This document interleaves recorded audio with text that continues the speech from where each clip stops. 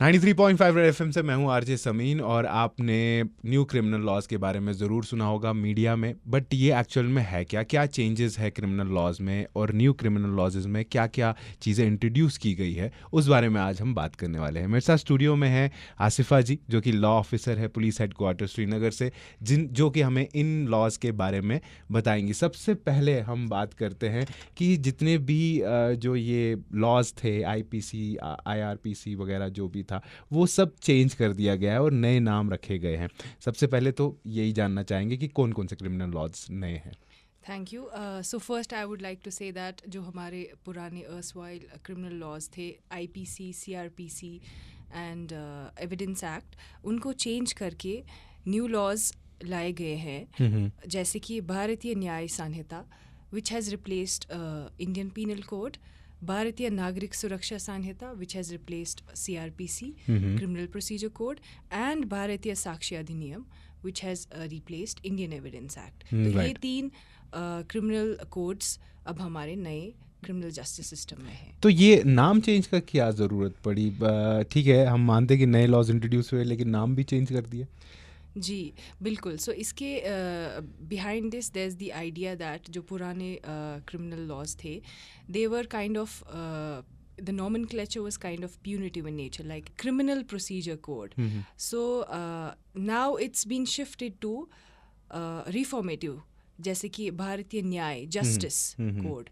So this was the main idea behind changing the names. Okay, and why these laws have been introduced? So basically there are numerous reasons of changing these laws. So first I would say जो हमारे पुराने criminal laws थे, they were like 100 years old colonial laws. So in order to get rid of or break free from the colonial past, this was one of the reason. The second reason is change in society over past years. So Indian democracy needed a review of the criminal justice system to adopt them in accordance to the contemporary changes and aspirations of people. The second important part is time-bound justice system. So you know that we have heard this is old saying that justice delayed is justice denied. Exactly. So in order to reduce this has been introduced a time-bound justice system in investigation and trial for speedy justice.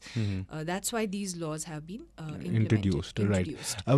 IPC has been replaced by BNS, CRPC has been replaced by BNSS, और जो हमारे Indian evidence act था उसको भी change करके BSA कर दिया गया है। सबसे पहले तो ये इम्पॉर्टेंट फैक्टर है इन न्यू क्रिमिनल लॉज में। उसके अलावा कुछ की चेंजेस भी है इन तीनों ही सेक्शन में, तीनों ही जो कोड्स है उसके बारे में हम बात करेंगे। सबसे पहले हम BNS के बारे में बात करते हैं। तो BNS में क्या क्या नई चीज़ें इंट्रोड्यूस की गई हैं? BNS is has replaced old IPC. तो उसमें हमारे कुछ इम्पॉर्टेंट ऑफेंसेस ऐड किए गए हैं, जैसे कि ऑर्गेनाइज्ड क्राइम जो पहले नहीं था। So organised crime will be now cyber terrorist act, kidnapping, human trafficking, इसको एक ऑर्गेनाइज सेटअप, एक ऑर्गेनाइज्ड क्राइम बनाया गया। The another thing is organised petty offences, एक न्यू ऑफेंस ऐड किया गया जिसमें petty offences like snatching, pickpocketing, ATM theft, इस तरह की चीज़ें ऐड की गई है। टाइम के साथ क्राइम भी बढ़ा है, चीज़ें भी बढ़ी है, और वो चीज़ें पुराने लॉज में नहीं थी और वो इन लॉज में इंट्रोड्यूस की गई है। अगर मैं आपको नटशल में कहूँ तो जैसे कि इन्होंने कहा कि पिक पॉकेटिंग है, बाकी चीज़ें हैं, ATM थेफ्ट, हाँ, तो उन सबको इंट्रोड्यूस किया गया है BNS में। और एक और इम्पॉर्टेंट जो कि अहम चेंज है दैट जब जो हमारी पनिशमेंट्स है BNS में, तो वो usually it was imprisonment, fine etcetera, but एक और पनिशमेंट को ऐड किया गया है which has been brought from the western countries like US, Australia, European countries, which is called community service. जो पेटी ऑफेंसेस है उनमें अब कम्युनिटी सर्विस जैसी पनिशमेंट दी जाएगी, जो कि which can be manual labour for a day और cleanliness, public places and all, which is basically a reformative step. Exactly. So this is one of the crucial छोटे क्राइम के लिए आपको जेल में भरने की ज़रूरत नहीं है, आपको रिफॉर्म पनिशमेंट कर दे सकते हैं छोटी मोटी। जी, you will pay back to society. So this is one of the important steps towards in BNS. BNS, right. Another important thing is that some offences are now gender neutral.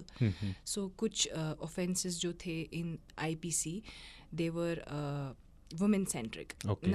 Now they have been made gender neutral, like 354 B and C, जो कि disrobing एक sexual offence, sexual harassment वाला offence है, disrobing और voyeurism, वो पहले women centric था. Now it's been made gender neutral. That means men can also be the victim and women can also be accused in these offenses. Right. Also importation of girls होता था पुराना offense.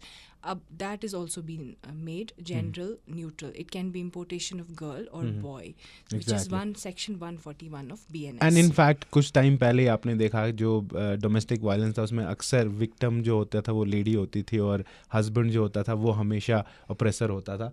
तो ये चीज़ें इस नए laws में थोड़ी बहुत चेंज हुई है कि it's now gender centric, not male और फीमेल सेंट्रिक. वो एक चीज़ इसमें इंट्रोड्यूस की गई है. एक और चीज़ इम्पॉर्टेंट अब मैं बोलूँगी कि क्रूलिटी जो था, जो डोमेस्टिक वायलेंस केसेस थे, क्रूलिटी डिफाइन नहीं किया गया था इन द IPC. तो अब इन दिस उसके लिए हमारा एक सेपरेट एक्ट था. So now Domestic Violence Act. Now they introduced definition of cruelty in BNS only. So that will define what actually cruelty is, and accordingly they will be booked जो भी acts होंगे.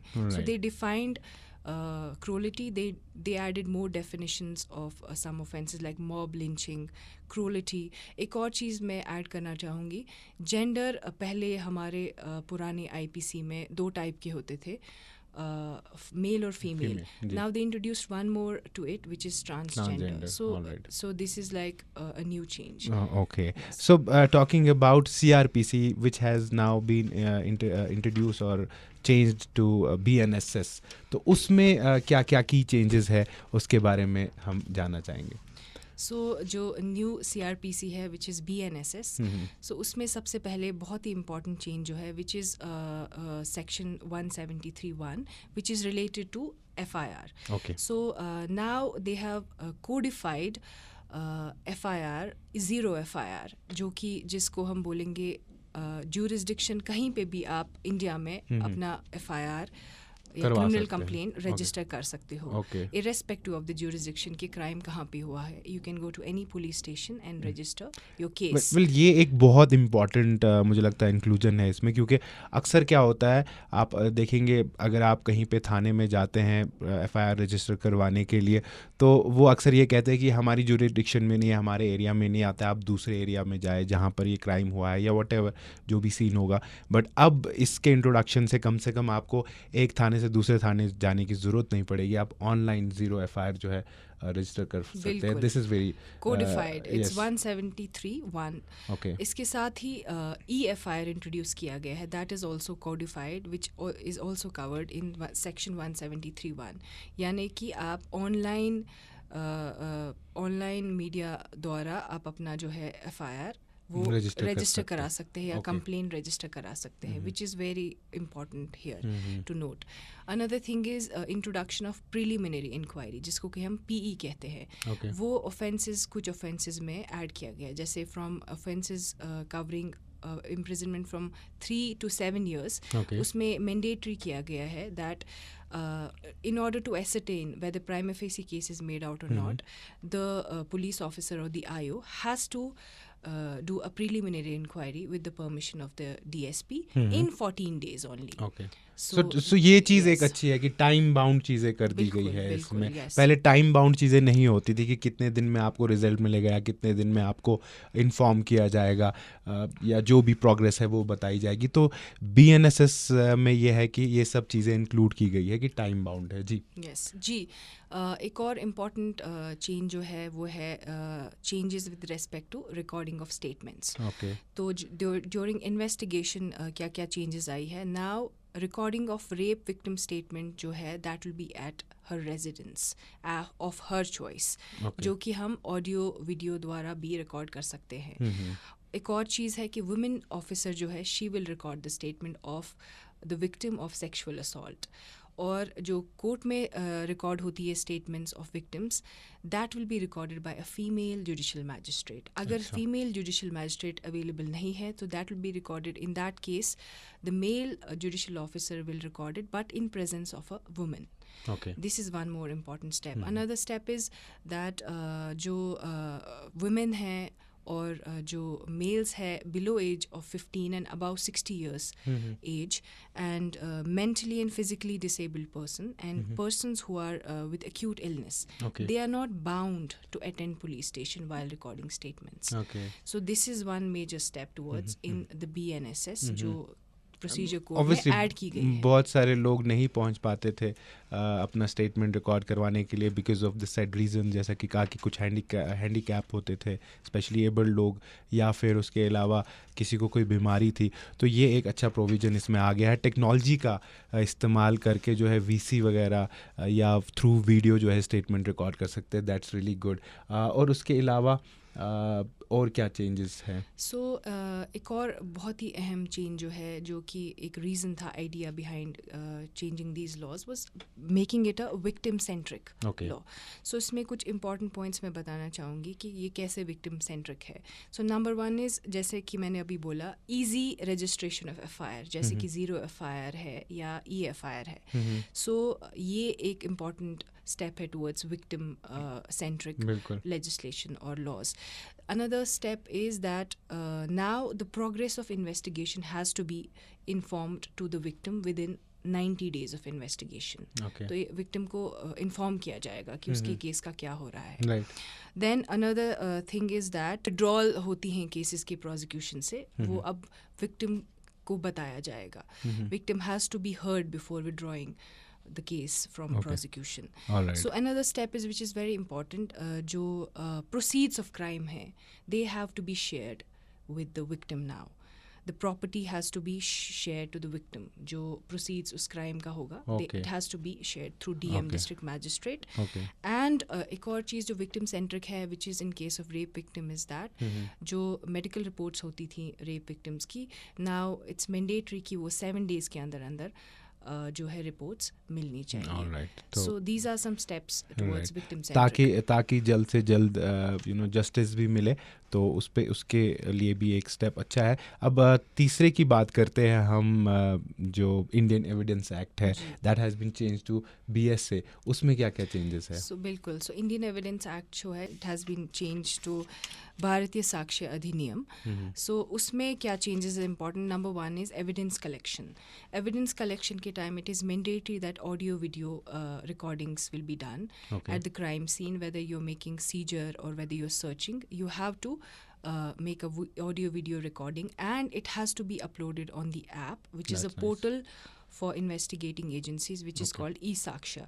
वो उस पर upload करना है, which will connect it to the ICJS system, जो कि बहुत ही ट्रांसपेरेंट सिस्टम बनाने के लिए बनाया है. So it will increase accountability and transparency.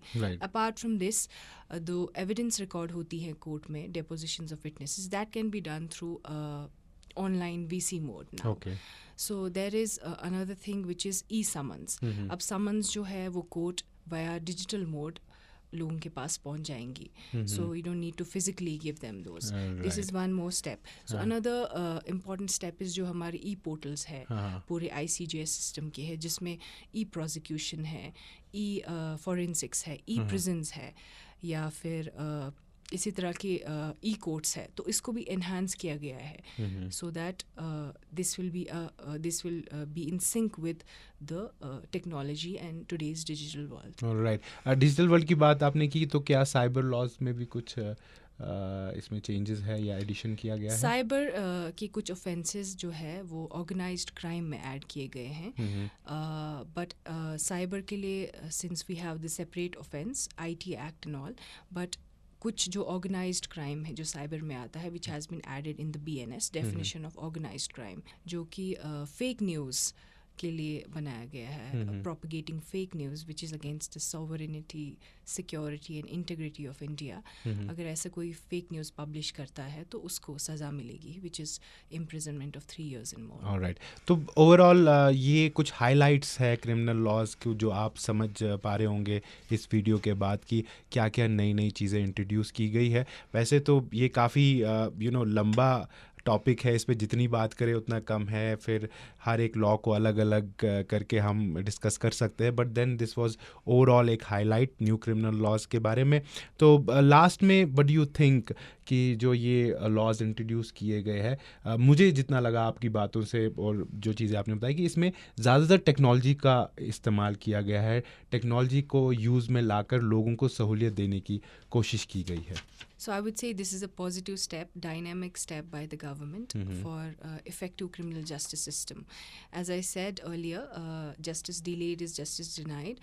So ये step है to reduce this, and for me it's a giant and revolutionary step in our criminal justice system, and it's very positive. So that's why the government has introduced these laws. Right, तो I hope आपने ये इनके बारे में criminal laws के बारे में आप जानना चाहते होंगे, क्योंकि बहुत न्यूज़ पे भी आ रहा था एंड फाइनली थोड़ा बहुत जो है क्लैरिटी हमें मिली। आसिफा जी से थैंक यू सो मच यहाँ पर आने के लिए स्टूडियो में, एंड आई होप लोगों को इससे फ़ायदा होगा जो देख रहे हैं, और बहुत सारे लोग जो है वो जानना भी चाहते थे आखिर ये न्यू क्रिमिनल लॉज क्या है। सुपर 93.5 रेड FM बजाते रहो। बजाते रहो, बजाते रहो, 93.5 रेड FM बजाते